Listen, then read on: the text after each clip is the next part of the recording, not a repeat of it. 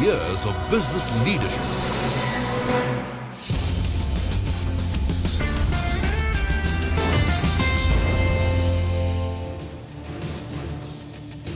All right, welcome back. 12 points. So the markets come off quite sharply from the opening levels. More consolidation at hand. We'll see. I mean, it was looking like that, except, of course, the last 30 minutes where bang surged and took everything higher yesterday. Well, let's welcome in the management of Sonata Software, Mr. Jagannathan Chakravarti. He's the Chief Financial Officer of the company. He's joining us to take some questions. Mr. Chakravarti, good to have you with us here. Thank you very much. I'll ask you to tell us more about the size of this deal that you've inked with this global exchange.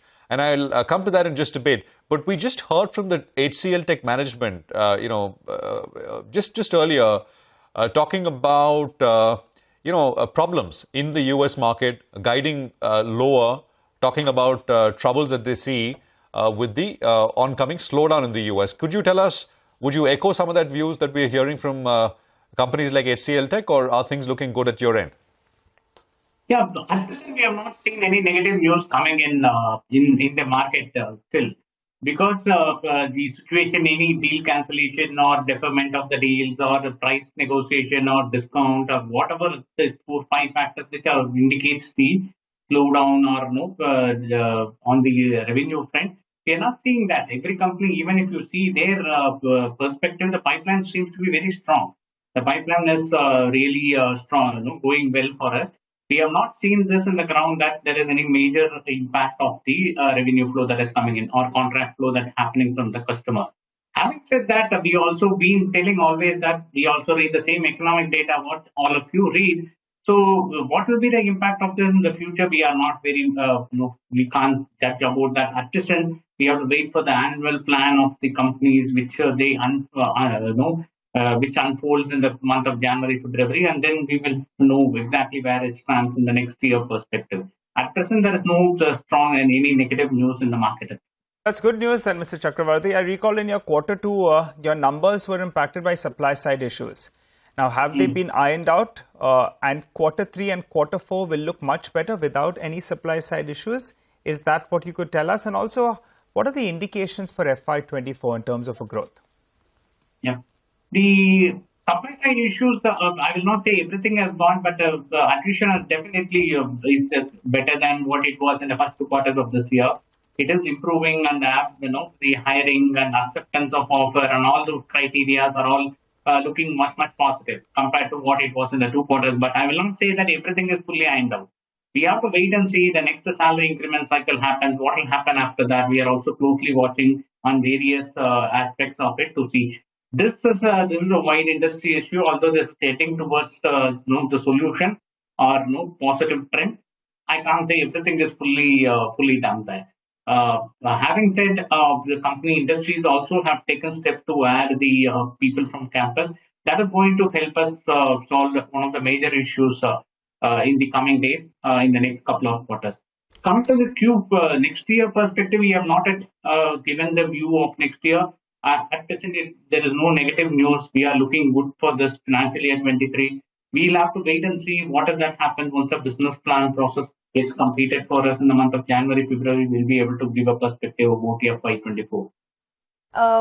I hope this is not the season of, companies scaling down their guidance mid-quarter. So hence I'm asking you, you had given a guidance of 20 to 22% on your margins for the full year. Do you stand by that, or do you think that there could be pressures? It may be hard for you to maintain it.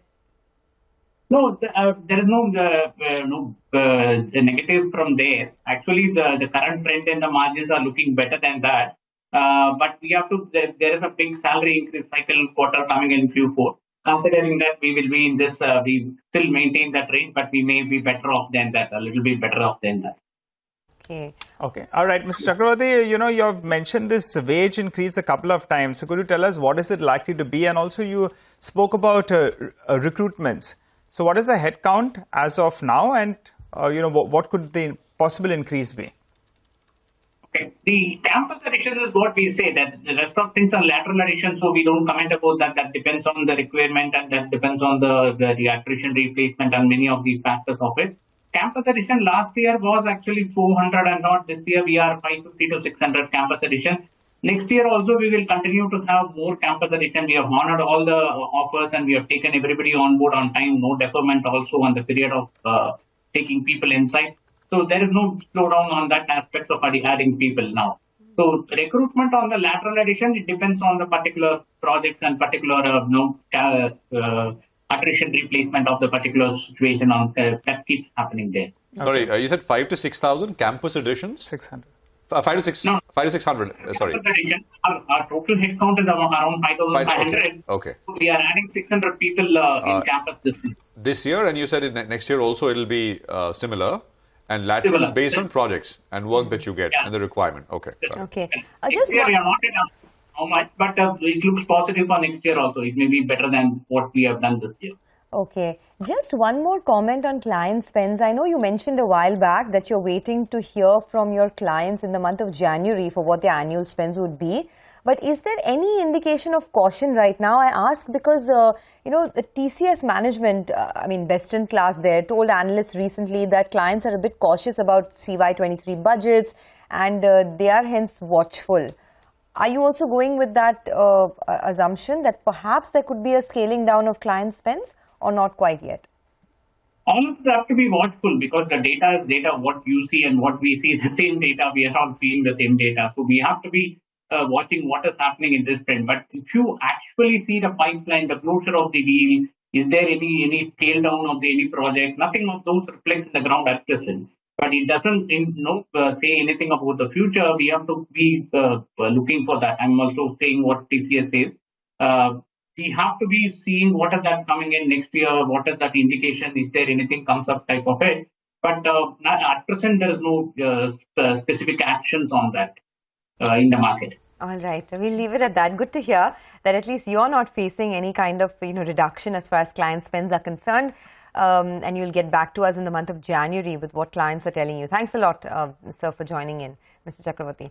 Well, let's move on from IT to autos. Eicher Motors is on our radar. We talk specifically about the commercial vehicle space. Vinod Agarwal, who's the MD and CEO of Volvo Eicher Commercial Vehicles, joins us to discuss the trajectory there. Mr. Agarwal, great having you on the show. Thank you for joining in. Good morning. The last couple of months, we've noticed that although year-on-year CV sales have gone up, on a month-on-month basis, your trajectory has come off a little bit. In the month of September, for example, there was over 6,600 units sold. November, that's come down to 4,900. What could be the reason for that, and what's the expectation over the next couple of months? That's the normal impact of the season because the industry is very high in October. And it comes down then in November, and December is again likely to be high. So it's a seasonal impact. So it's nothing to have any concern on that. Okay, it is a seasonal impact, but are you seeing growth rates tapering off in terms of retail demand? I ask because we are seeing that across many pockets. What is your observation? And if yes, what could the growth rates be by the end of the year? Look, if you look at the last year's total industry figures, the sales in second half, they had started growing very well. In fact, now onwards, December to March, last year was very strong. So therefore, we will have strong base impact. So you will not see very high growth rates in these balanced 4 months. First 8 months, we have seen good growth. We have a growth of almost 55-56% in the 3.5 ton and above, and which includes 68% growth in heavy duty trucks and in light and medium duty 33%. Buses, of course, is a phenomenal growth. It's 3 times the last year, and exports are dropping by almost 15%. And but the balance 4 months, like last year, for example, heavy duty trucks last 4 months last year was 80,000. Now, I don't think that we will see much bigger numbers. Maybe at the most we can see 10% growth as against 58% growth till now. So therefore, similarly, light and medium duty trucks.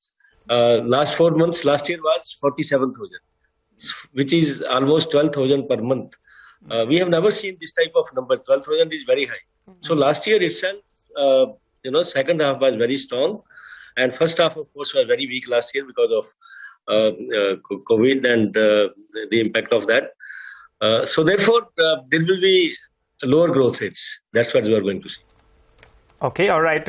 Hi, morning, Mr. Agarwal. I wanted to ask you whether or not small fleet operators, are they coming back? They have been out. Are you seeing them coming back? And I ask you this because the large fleet operators, they'll give you volumes, but maybe their bargaining power is more as well. Comment on this. No, they are coming back because end of the day, we are seeing good demand because economy is doing well. Overall, there is a good demand for movement of goods and services. So therefore, we need trucks, and then there is a need to replace old trucks, and because new trucks are much more productive. Therefore, I think there is a good reason to replace the trucks, and small operators also they are coming back because there is no other choice. Otherwise, they will not get business if they don't replace.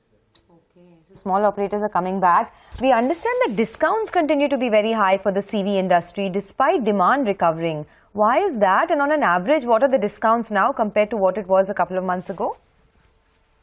Like if you look at the financial results of all the industry, all the CV companies, the margins have been under stress for the entire industry. Now, one of the reasons is high discounts. You would have also read in various reports that there is a lot of realization on that, and there is a effort to cut down the discounts. And that's a genuine effort, which is we are also trying to cut down the discounts. But customers having got used to high discounts, there is tremendous resistance, and they are trying to defer. They are trying to test the patience. That if you are not giving us discount, okay, we will not buy. So that's the type of struggle going on. Sure. Can you give us a number? What are the discounts on an average now? What was it, say, about 6 months ago? They are slightly come down, okay, but they have not come down much. Because there is much more realization with everyone. Because I don't think industry can survive with thin margins because of discounts. There's also cost increase, right? I mean, now there's BS6 phase 2 norms that will get implemented from April. And then there are higher discounts. You think profitability will be under more pressure, and how much will the costs go up for you? It will not be under more pressure because industry has realized, and we are making serious efforts to cut down discounts. And therefore, I don't think industry will go up to any extent to continue to sell at lower margins or sell at loss. So I think you will see the reduction in discounts. Okay. Can you give us some growth expectations then for LCVs, for MHCVs? What is the growth that you're expecting in FY23 and 24? I ask because, rising interest rates generally tend to crimp demand and growth. So given that we are in a rising interest rate environment, what kind of growth do you see? Is it single digit that you're looking at for the full year, FY23 and 24? You are talking of next year. For next year, yes, FY24.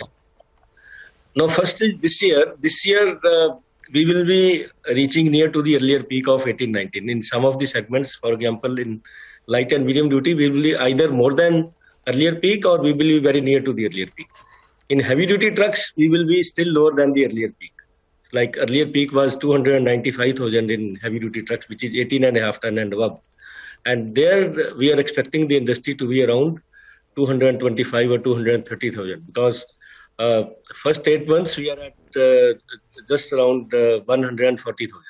So it means even if you assume around another 90,000, it will be 230, which is still away from 295. That is the earlier peak.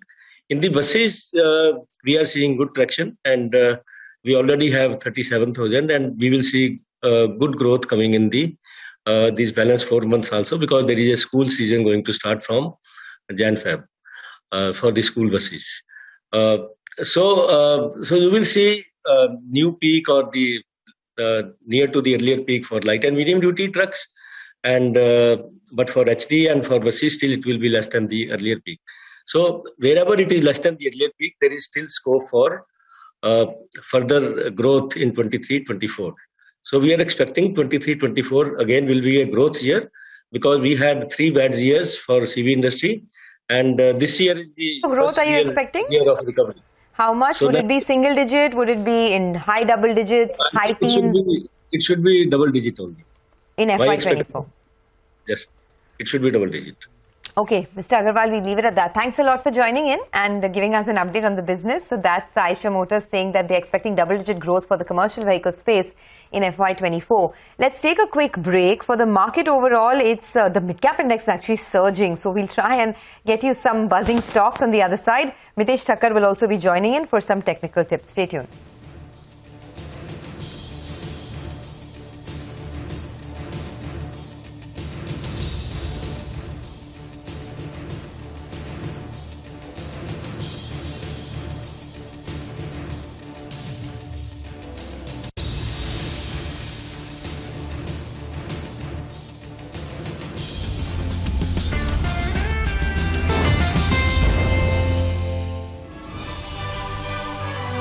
CNBC-TV18, celebrating 23 years of business leadership.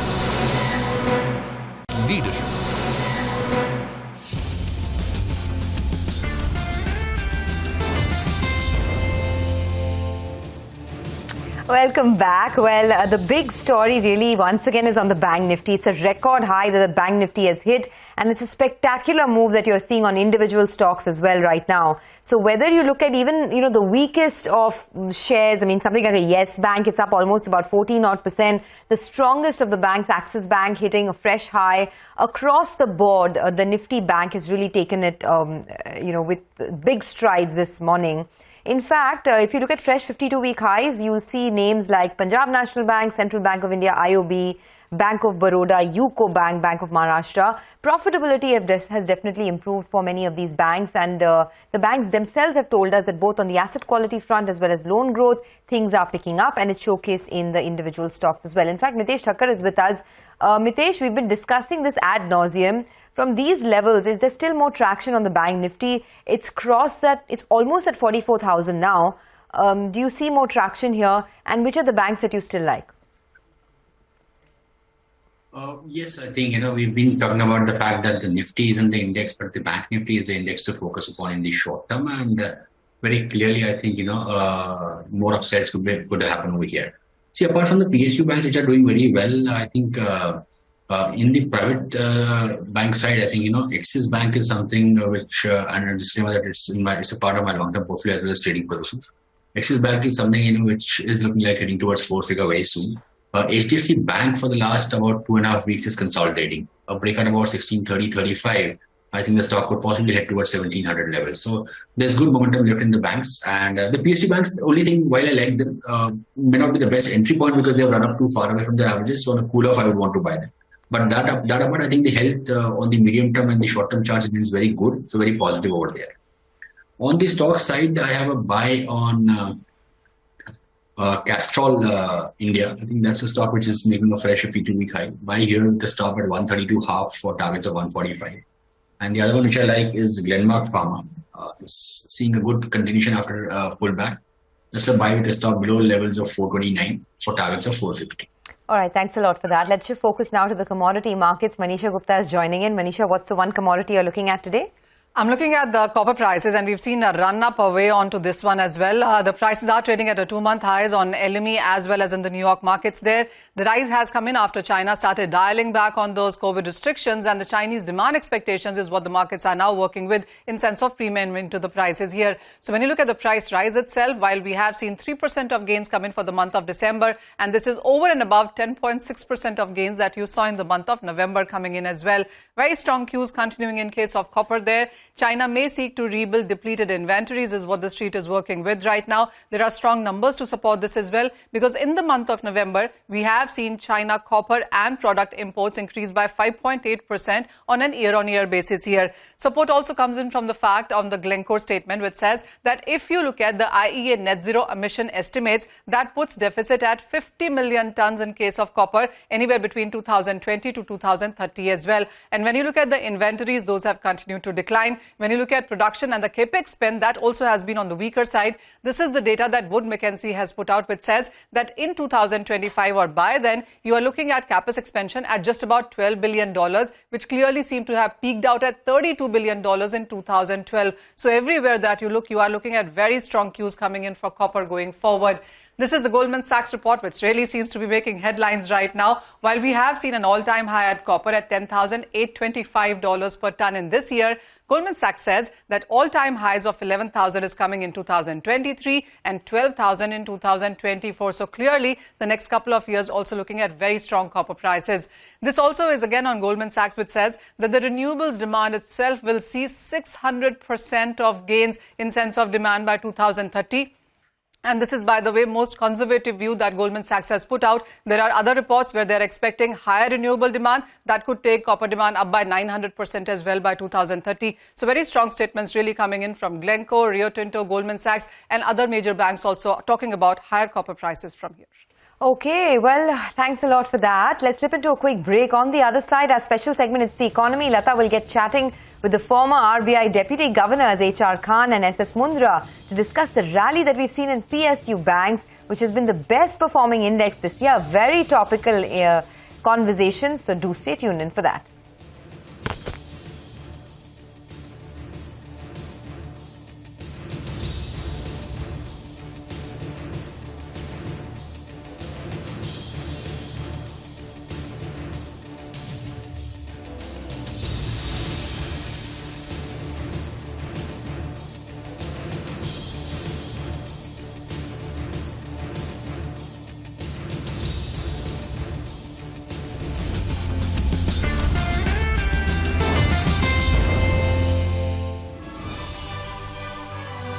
CNBC-TV18, celebrating 23 years of business leadership.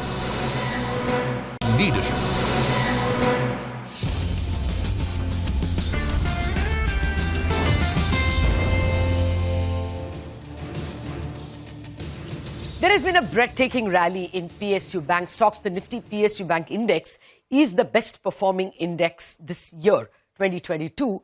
And most, see, as you can see, the most PSU Bank stocks have rallied over 100%.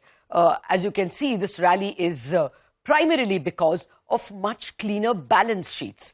Look at a steady fall in gross NPAs, as you can see, and even better if you look at the net NPAs. Actually, you know, I only showed you 4 quarters. NPAs are even lower than they were in 2016. That is before the asset quality review by the Reserve Bank, which started in 2017.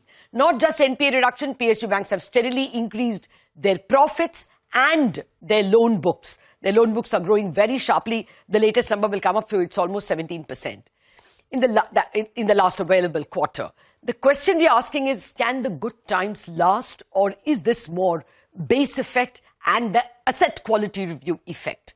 I have with me 2 former Reserve Bank of India Deputy Governors, Mr. S.S. Mundra, who carried on this asset quality review, himself a 4-decade commercial banker, and Mr. H.R. Khan, also former Deputy Governor and who currently sits on the boards of several banks. Gentlemen, thank you very much indeed for joining me. Mr. Mundra, let me start with you. How long do these good cycles last? If I remember right, the 1999-2000 cycle lasted easily 10 years. Thanks, Lata.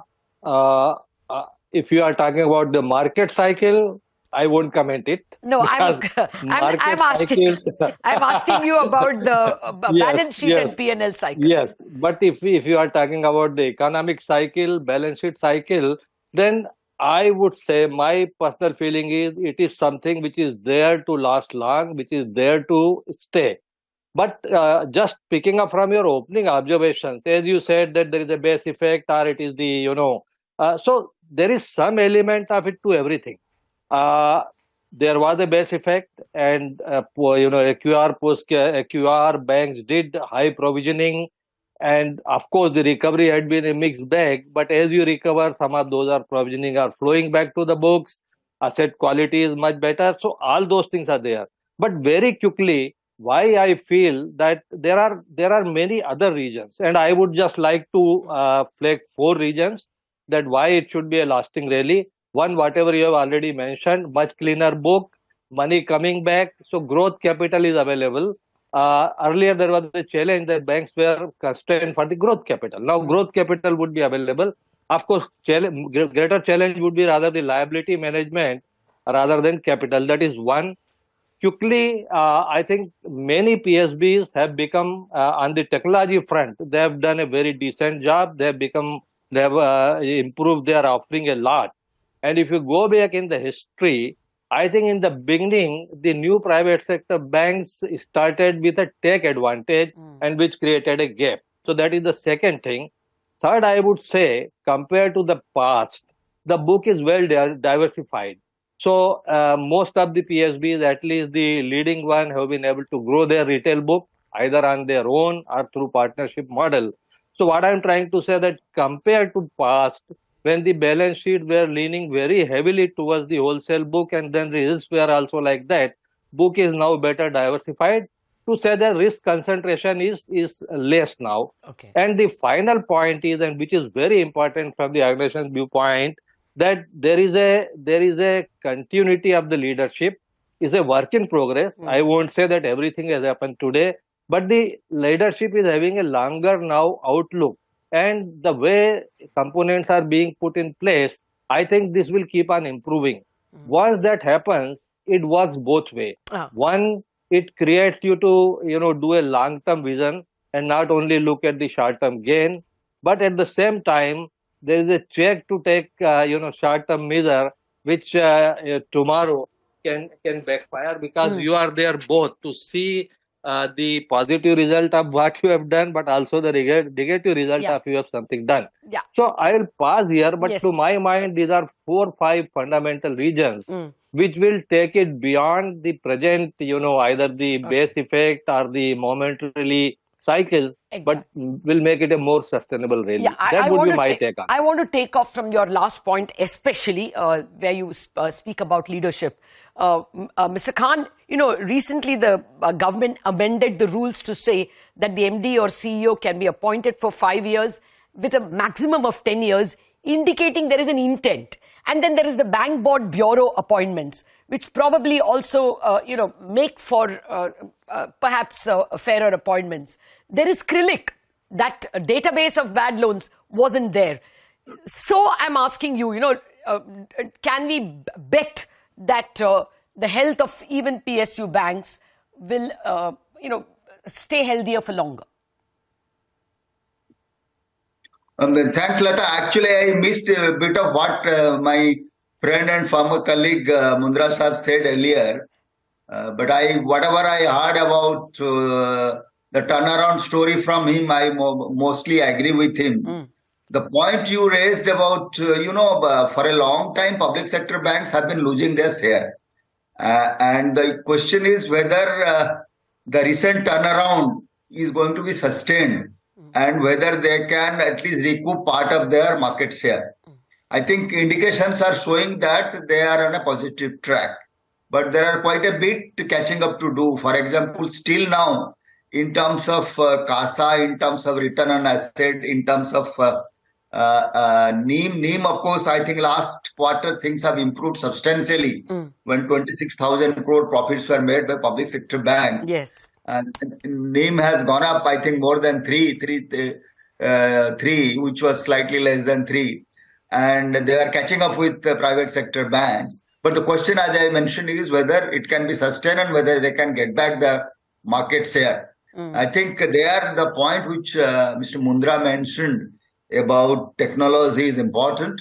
I think things are happening, but I think much more needs to be done. As you know, banks have become more or less a technology company. Yes. And the type of focus, type of manpower public sector banks have, I think things have improved, but I would not say that things have improved so much that they are in the right position to compete with others and make it a sustainable turnaround. Okay. I think there we need to work more, public sector banks. The point you mentioned about increasing the MD's tenure is a good beginning, but a lot more needs to be done in terms of talent management in public sector banks. Okay. So your short point is, as of now, there will still be that big valuation gap. I mean, I don't want you to talk like a stock analyst, but broadly, you think that the valuation difference between private banks and public sector banks, there is merit, there is reason, Mr. Khan? No, because public sector bank, all said and done, there is a backing of the sovereign. So that has to be taken that has to be taken into account. Yes. But the point I was trying to say, whether this turnaround is going to be sustained, and whether the public sector banks can get back part of their market share, which have ceded to other banks. Okay. Particularly private sector. I take your point there. One area which is a reform area, which I think consolidation has happened. It's a good thing. I think more may happen. But in terms of professionalization of banks functioning in terms of manpower, I think holding company structure, which was suggested by some of the committees, where professional holding company holds these banks, I think that needs to be looked at. Because we need to sustain, and part of the turnaround, mind you, Lata, is also because of cyclical reason, because interest rates are going, advances have gone up, and deposits have not grown. That is one. That is true. And a lot of cleanup has happened because of variety of reasons. And regulatory dispensation during pandemic, both from the government and RBI.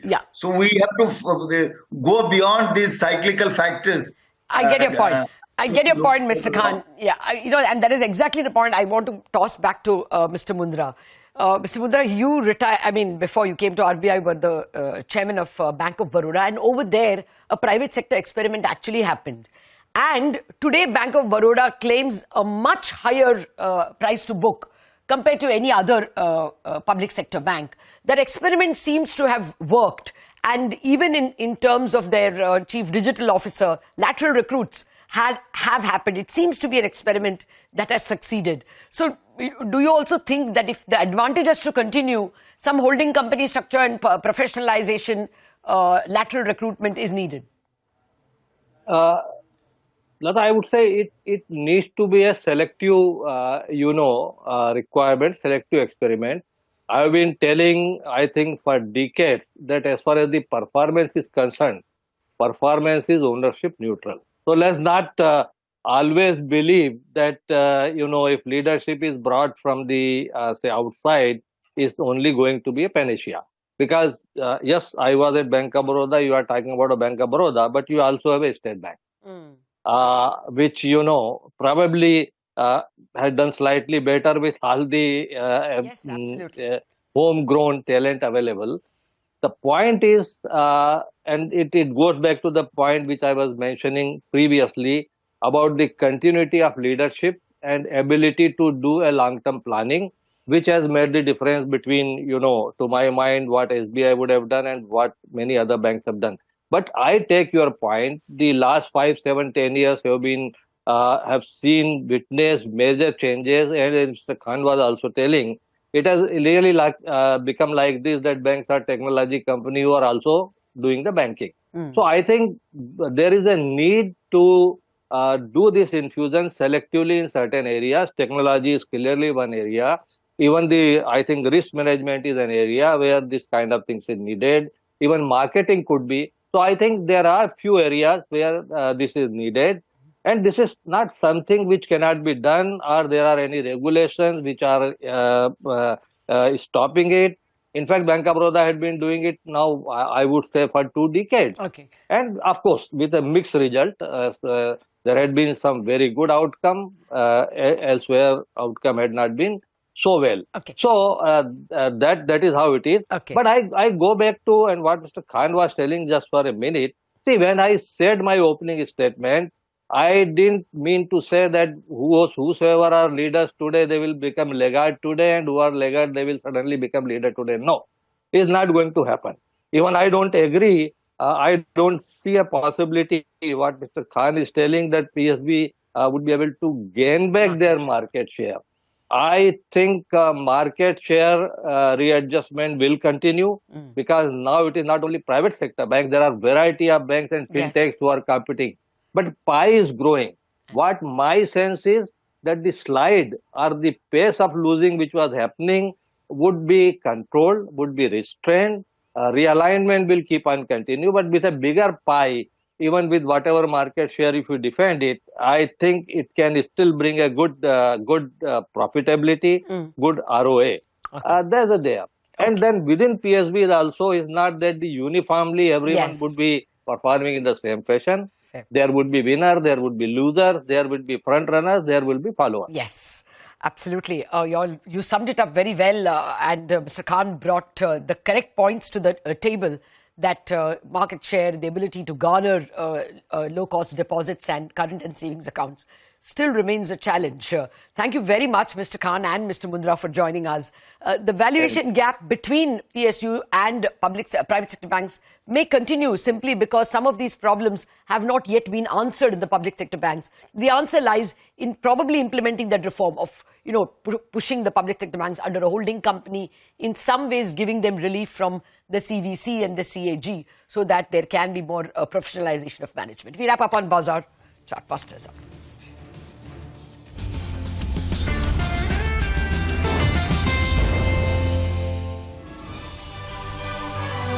CNBC-TV18, celebrating 23 years of business leadership.